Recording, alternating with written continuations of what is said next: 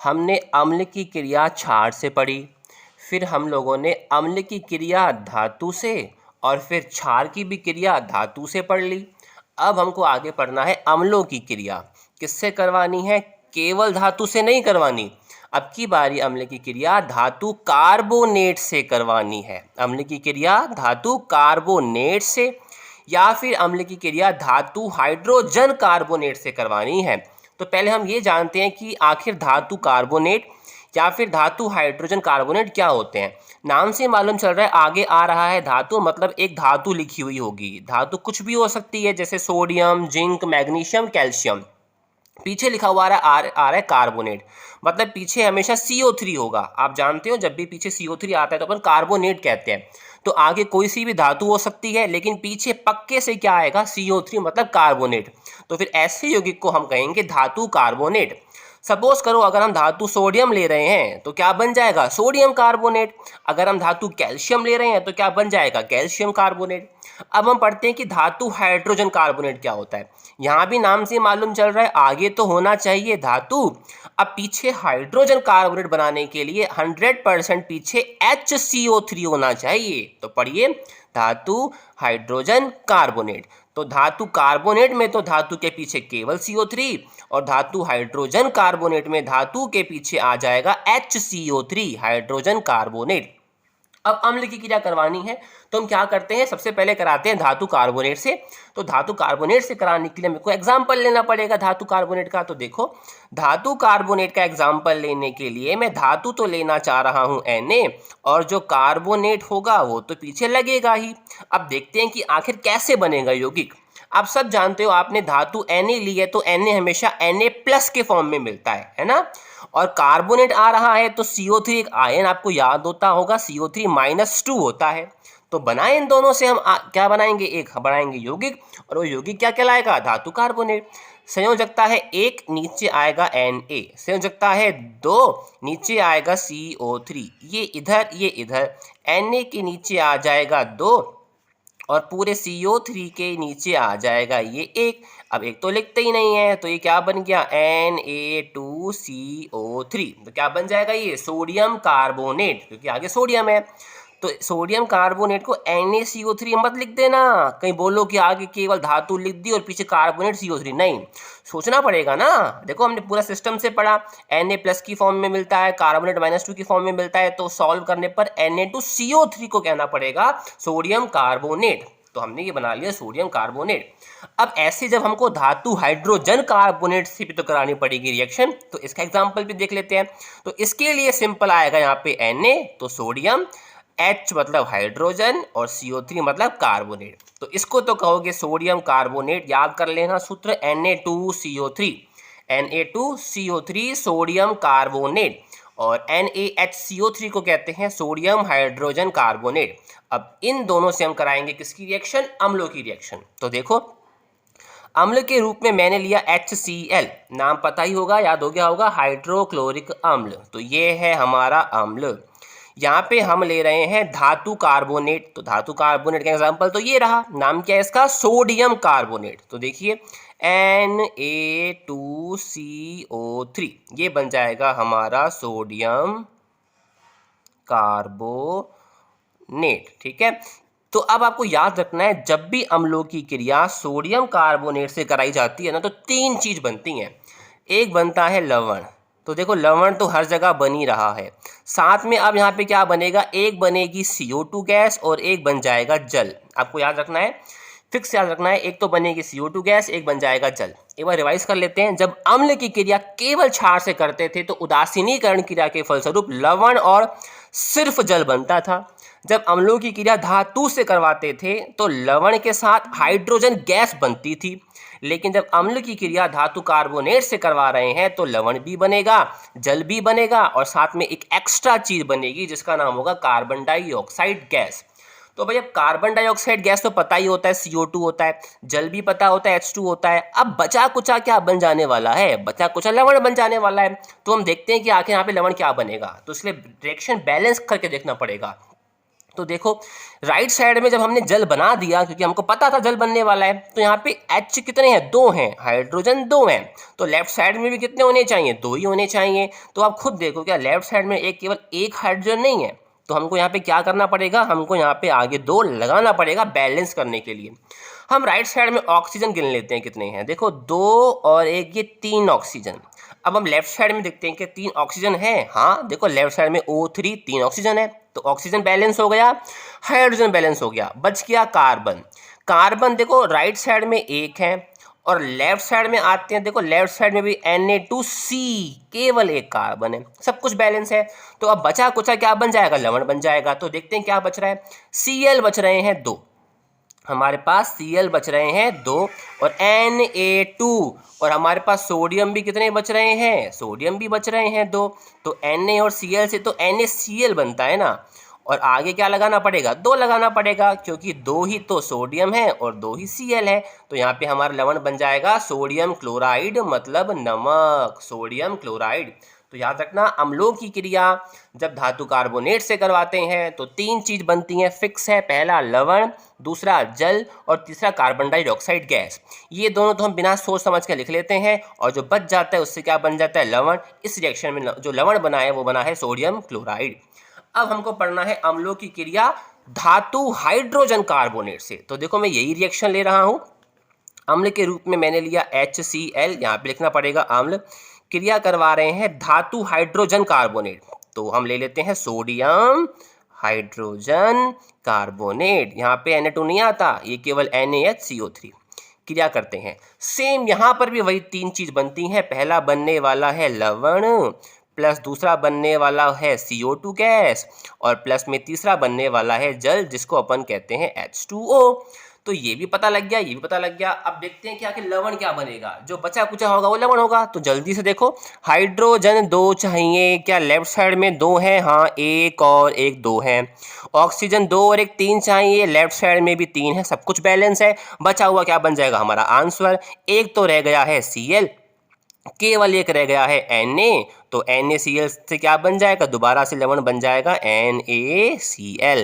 अब आगे 2 क्यों नहीं आया, क्योंकि अब 2 कहीं लगाने की जरूरत ही नहीं पड़ी, एक ही बच रहा था, तो केवल NaCl। तो यहाँ पर भी लवण बनता है सोडियम क्लोराइड। तो याद रखना अम्ल की क्रिया चाहे धातु कार्बोनेट या फिर धातु हाइड्रोजन कार्बोनेट से करवा लो, 3 चीज फिक्स बनने वाली हैं, पहला लवण, दूसरा कार्बन डाइऑक्साइड गैस, और तीसरा जल। अब यहाँ पे जो बार बार कह रहे हैं ना कि कार्बन डाइऑक्साइड गैस बन रही है, हमको इसका परीक्षण करना है, क्या वाकई में कार्बन डाइऑक्साइड गैस बनती है, कैसे प्रूफ करके बताना है। तो देखते हैं इसको, CO2 बनती है, क्या वाकई में वो CO2 है। तो इसको समझने से पहले आपको देखो 2 चीज़ सीखनी पड़ेंगी। यहाँ पे मैं नाम लिख रहा हूँ CaOH का होल ट्वाइस, ये क्षार है, इसका नाम आप जानते हो, उसका नाम है कैल्शियम हाइड्रोक्साइड। जो ये कैल्शियम हाइड्रोक्साइड है ना, इसको कहा जाता है चूने का पानी, ध्यान रखना, इसी को क्या कहा जाता है, चूने का पानी। तो देखो जब भी अपन है ना चूने के पानी के ऊपर, मतलब कैल्शियम हाइड्रोक्साइड के ऊपर CO2 गैस को डालते हैं, किसको डालते हैं, CO2 गैस को, तो क्या होता है आप खुद देखना। देखो Ca मैं सेम का सेम ही लिख रहा हूँ, ध्यान से देखना, Ca सेम का सेम, यहाँ पे देखो CO2, यहाँ पे OH के होल ट्वाइस का मतलब है कि 2 ही तो ऑक्सीजन है और 2 ही हाइड्रोजन है। तो मैं यहाँ पे क्या कर रहा हूँ, इसमें से एक और ले रहा हूँ। जब हम एक और ले लेंगे और इसको यहाँ पर मिला देंगे तो क्या ये CO2 अब CO3 नहीं बन जाएगा, तो मैंने पीछे लगा दिया CO3। समझ में आया, Ca सेम का सेम, CO2 था, एक O और चाहिए, मैंने यहाँ से ले लिया क्योंकि यहाँ पे 2 हैं, क्या बन गया Ca CO3। अब खुद सोचो क्या बच गया होगा, 2 तो बच गए H और एक रह गया O, तो क्या बन जाएगा H2O। इसको कहते हैं कैल्शियम कार्बोनेट, पीछे CO3 आ रहा है ना, तो कैल्शियम कार्बोनेट। और ये कैल्शियम कार्बोनेट क्या करता है, ये दूधिया रंग का एक लिक्विड होता है। कौन सा कलर का लिक्विड होता है, दूधिया रंग का। तो ध्यान रखना, जब भी कैल्शियम हाइड्रोक्साइड के ऊपर अर्थात चूने के पानी के ऊपर कार्बन डाइऑक्साइड गैस को डालते हैं तो जो एक पदार्थ बनता है उसका कलर दूधिया हो जाता है। कैसा हो जाता है, दूधिया। अगर ये कलर दूधिया हो गया तो आप समझ जाना कि आपने 100% जो गैस डाली है वो कौन सी डाली है, कार्बन डाइऑक्साइड गैस डाली है। तो ऐसे जब हम कह रहे हैं कि यहाँ पे कार्बन डाइऑक्साइड गैस बन रही है, तो इसको चेक करने के लिए हम क्या करेंगे, इस वाली गैस को किसके ऊपर डाल के देखेंगे, चूने के पानी के ऊपर डाल के देखेंगे। अगर चूने के पानी का कलर कैसा बन जाएगा, दूधिया बन जाएगा, तो हम कह देंगे कि जो हमने यहाँ पे गैस बनाई है वो एक्चुअल में कौन सी गैस ही बनी है, कार्बन डाइऑक्साइड गैस ही बनी है। तो इसके लिए क्या करेंगे, देखो एक दोबारा से पूरा बड़ा सा हमको प्रयोग करना है, और वो प्रयोग क्या है, देखो वो यही प्रयोग है। एक परख नली है, एक स्टैंड है, हमने इसमें लगा दी है एक परख नली, परख नली के ऊपर लगा दिया कॉर्क, पीछे बताया था एक लकड़ी का टुकड़ा होता है बंद करने के लिए। लेफ्ट साइड में लगा दी है एक कीप, राइट साइड में एक कांच की नली है जो आगे चल के एक टेस्ट ट्यूब में जा रही है, ठीक है। अब हम क्या कर रहे हैं, इसके अंदर भर रहे हैं, क्या भरना चाहिए हमको, यहाँ पे भरना चाहिए धातु कार्बोनेट, क्योंकि जो यहाँ पे CO2 गैस बनी थी वो तभी तो बनी थी ना जब हमने अम्ल की क्रिया किससे करवाई थी, धातु कार्बोनेट से करवाई थी। तो इसलिए हमने परख नली के अंदर भर दिया है धातु कार्बोनेट, अर्थात मैं ऐसे कह सकता हूं कि मैंने परख नली के अंदर भर दिया है Na2CO3 अर्थात सोडियम कार्बोनेट, भर दिए इसके टुकड़े। फिर मैं ऊपर कीप से क्या करूंगा, अब अम्ल डालूंगा, अम्ल डालूंगा तभी तो अम्ल की क्रिया धातु कार्बोनेट से होगी। तो जब अम्ल डालेंगे कीप से तो दोनों रिएक्शन करेंगे, और रिएक्शन करने पे तुमने तो बोला लवण बनेगा, वो तो यहीं रह जाएगा, जल बनेगा, वो भी यहीं रह जाएगा। फिर एक गैस बन रही थी, क्या वो उड़ के यहाँ नहीं जाएगी, अभी तो पता है वो कार्बन डाइऑक्साइड गैस है, लेकिन कंफर्मेशन करना है तो हम कह रहे हैं कि कोई एक गैस है जो यहाँ पे जा रही है। अब इस गैस को जान करके हम किसके ऊपर प्रवाहित करने वाले हैं, चूने के पानी के ऊपर प्रवाहित करने वाले हैं, जिसको कहते हैं COH का होल ट्वाइस। तो इसलिए मैंने यहाँ पे दूसरे पात्र में प्रकृति में पहले से क्या डाल रखा है, कैल्शियम हाइड्रोक्साइड का विलयन डाल रखा है। किसका विलयन डाल रखा है, कैल्शियम हाइड्रोक्साइड अर्थात CaOH का विलयन डाल रखा है।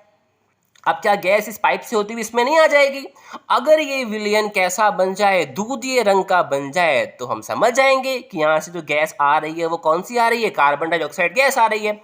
और जो ये विलयन है ना, ये दूधिये कलर का बन भी गया। अब बनती हमने क्या समझ लिया कि जो यहाँ पे हमने गैस प्रवाहित करी है वो कौन सी गैस है, कार्बन डाइऑक्साइड गैस है, ठीक है। तो CaOH के ऊपर आप डालोगे CO2 तो क्या बन जाता है, दूधिया रंग आ जाता है और एक कंपाउंड बन जाता है जिसका नाम है CaCO3। तो ये हो गया कन्फर्मेशन, ये पूरा प्रयोग है, ध्यान रखना। कन्फर्मेशन कैसे होगा, जब हमने एक परख नली के अंदर कैल्शियम कार्बोनेट को डाला, ऊपर कीप से अम्ल डाला, तो पता था लवण बनने वाला है, जल बनने वाला है, गैस बनने वाली है। वो गैस हमने कहाँ करा, पाइप से सीधा डाल दिया चूने के पानी में अर्थात कैल्शियम हाइड्रोक्साइड में, कलर हो गया दूधिया, और हम समझ गए कि ये गैस कैसी है, ये गैस है कार्बन डाइऑक्साइड गैस, ठीक है। तो आराम से आप पढ़ लेना, इसको समझ में आ जाएगा। अब पढ़ते हैं नेक्स्ट क्वेश्चन। अब पढ़ते हैं नेक्स्ट क्वेश्चन, देखो क्या कह रहा है, कह रहा है कि एक विलयन है X, नाम नहीं बताया, बस कह रहा है कि एक विलयन X है, तो हमने ले लिया कि एक विलयन है जिसका नाम है X, ठीक है। अब कह रहा है कि आप इस विलयन में ना CO2 गैस प्रवाहित कर रहे हो। जब आप इस विलयन में CO2 गैस प्रवाहित कर रहे हो तो कहीं ना कहीं मैं ऐसे कह दूं कि आप इस विलयन की CO2 गैस से रिएक्शन ही तो करवा रहे हो, डालोगे तो रिएक्शन हो जाएगी। ये कह रहा है कि जैसे ही इसमें आप क्या करते हो, CO2 गैस प्रवाहित करते हो तो इसका कलर दूधिया हो जाता है। तो X का नाम बताना है, आपने इसमें CO2 डाला और कलर क्या बन जाता है, दूधिया बन जाता है। तो X का नाम बताओ। तो तुम क्या सोचोगे कि CO2 को डालने पर कलर दूधिया हो गया, तो भाई ये तो वही वाला आ गया ना जब हम चेक करते थे कि CO2 है कि नहीं है। तो याद करो अपन CO2 को किसके ऊपर डाला करते थे, ये चेक करने के लिए कि वो जो हमने बनाई है गैस वो CO2 है कि नहीं है, हम डाला करते थे चूने के पानी के ऊपर। तो 100% यहाँ पे X क्या रहा होगा, X रहा होगा चूने का पानी, तभी तो चूने के पानी के ऊपर CO2 डली और कलर कैसा बन गया, दूधिया बन गया। तो क्या X चूने का पानी नहीं रहा होगा, और चूने के पानी का तो सूत्र हम जानते हैं CaOH का होल ट्वाइस। तो यहाँ पे X की वैल्यू आ जाएगी CaOH का होल ट्वाइस अर्थात चूने का पानी, या फिर कह दो कैल्शियम हाइड्रोक्साइड। इतनी बात समझ में आ गई। अब कह रहा है कि जो ये दूधिया कलर बन गया है ना, अब ये दूधिया कलर तब बना जब आपने चूने के पानी में CO2 डाली। अब कह रहा है कि अगर अपन इस दूधिये पानी के अंदर और CO2 डालते जाएं तो क्या होगा। तो देखो अब ये दूधिया पानी है क्या, पहले ये चेक करें। देखो X था CaOH का होल ट्वाइस, इसमें आपने डाली CO2। अभी बताइए रिएक्शन क्या बन जाएगा, Ca, एक O उठा लो, यहाँ से क्या बन जाएगा CO3, यहाँ पे 2 H रह जाएंगे, यहाँ पे एक और रह जाएगा, क्या बन जाएगा H2O। तो ये CO3 ही था जो क्या था, दूसरे कलर का था। अब जो ये पानी है वो भी तो इसके अंदर ही बैठा है ना, अब तो ये पूरी चीज़ को लेना पड़ेगा। तो हमने ले लिया CaCO3 बना, प्लस में जल बना, और ये पूरी चीज़ दूधिया कलर की थी। कैसे कलर की थी? दूधिया। अब कह रहा है कि इसमें और CO2 डालते जाओ। तो लो भाई, और CO2 डालने का मतलब है कि जो अभी उत्पाद बना था इसमें तुम प्लस दोबारा से CO2 लिख रहे हो, ये तो मतलब है और डालने का। तो क्या बन जाएगा, जरा ध्यान से देखना। Ca को तो मैंने Ca ही लिखा, तो यहाँ पे आ गया Ca। अब एक बार देखो क्या बच रहा है, कितने H बच रहे हैं आपके पास। इस Ca को हटा लिया, अब इन सब में देखो कितने H बच रहे हैं, हमारे पास H बच रहे हैं 2। समझ में आ गया। अब देखो अगर मैं इस O को यहाँ दे दूँ तो क्या ये CO3 नहीं बन जाएगा, और एक CO3 ये रहा, तो क्या हमारे पास CO3 भी 2 नहीं बन गए। तो क्या मैं यहाँ पे ऐसे नहीं लिख दूँ कि H भी 2 और CO3 भी 2, तो क्या नीचे 2 नहीं लगा दूँ। तो क्या हो रहा है, H भी 2 बन जा रहे हैं, CO3 भी 2 बन जा रहे हैं। समझ में आया। इस चीज को कहा जाता है calcium hydrogen carbonate. Calcium H आ रहा है तो हाइड्रोजन, और CO3 आ रहा है तो कार्बोनेट। तो कहना पड़ेगा कि अगर हम दूधिए पानी के अंदर और CO2 डालते हैं तो फिर क्या बन जाता है, कैल्शियम हाइड्रोजन कार्बोनेट बन जाता है। क्या बन जाता है, कैल्शियम हाइड्रोजन कार्बोनेट, जो एक विलयशील पदार्थ होता है, जो जल में मिल जाता है, जल में मिलने वाला पदार्थ होता है। ठीक है, तो ये रिएक्शंस हैं, इनको अच्छे से करना है, समझ के याद करना है, लिख लिख के याद करना है, तब भी आपका ज़्यादा अच्छे से क्लियर होगा। ये रिएक्शन क्यों लिखी, क्योंकि कही थी कि जो दूधिया पानी बनता है, तो दूधिया पानी इन दोनों को मिला के तो कहना पड़ेगा, उसमें और CO2 डाल दो, तो प्लस CO2 क्या बन जाएगा, कैल्शियम हाइड्रोजन कार्बोनेट। कैसे बना अभी हमने सीख ही लिया। ठीक है, नेक्स्ट क्वेश्चन है, कैल्शियम कार्बोनेट के विविध रूप कौन कौन से हैं। कैल्शियम कार्बोनेट का क्या बनेगा सूत्र, खुद सोचो। Ca कैल्शियम, कार्बोनेट मतलब CO3। तो ये कैल्शियम कार्बोनेट अभी कहाँ बना था, जब हमने क्या किया था, हमने चूने के पानी में डाला थी CO2, तो क्या बनी था हमारे पास CaCO3 बना था, है ना, जिन दोनों को मिला के हम दूधिया पानी कह रहे थे। तो ये अकेला वाला है क्या है, कैल्शियम कार्बोनेट। तो सवाल कह रहा है कि कैल्शियम कार्बोनेट किस किस रूप में मिलता है। तो देखो, कैल्शियम कार्बोनेट को कहते हैं चूने का पत्थर। क्या कहते हैं, चूने का पत्थर। चूने का पानी तो किसको कहते हैं, चूने का पानी तो बेटा CaOH के होल ट्वाइस को कहते हैं, लेकिन यहाँ पे चूने का पत्थर है ना, और चूने का पत्थर तो क्या होता है, CaCO3, इसको लाइम स्टोन कह सकते हैं। संगमरमर के पत्थर होते हैं ना, उनमें भी क्या होता है, CaCO3 होता है, कैल्शियम कार्बोनेट। और खड़िया मतलब जो अपन चौक यूज में लेते हैं ना स्कूल्स के अंदर, वो भी किनके मिलकर बने हुए होते हैं, कैल्शियम कार्बोनेट के मिलकर बने हुए होते हैं। तो केवल हमको उसके रूप बताने थे। तो चूने का पत्थर होता है, और एक संगमरमर के रूप में भी मिलता है कैल्शियम कार्बोनेट, और चौक के रूप में भी मिलता है। बाकी हम पढ़ेंगे नेक्स्ट वीडियो में, अभी तक को अच्छे से याद करें।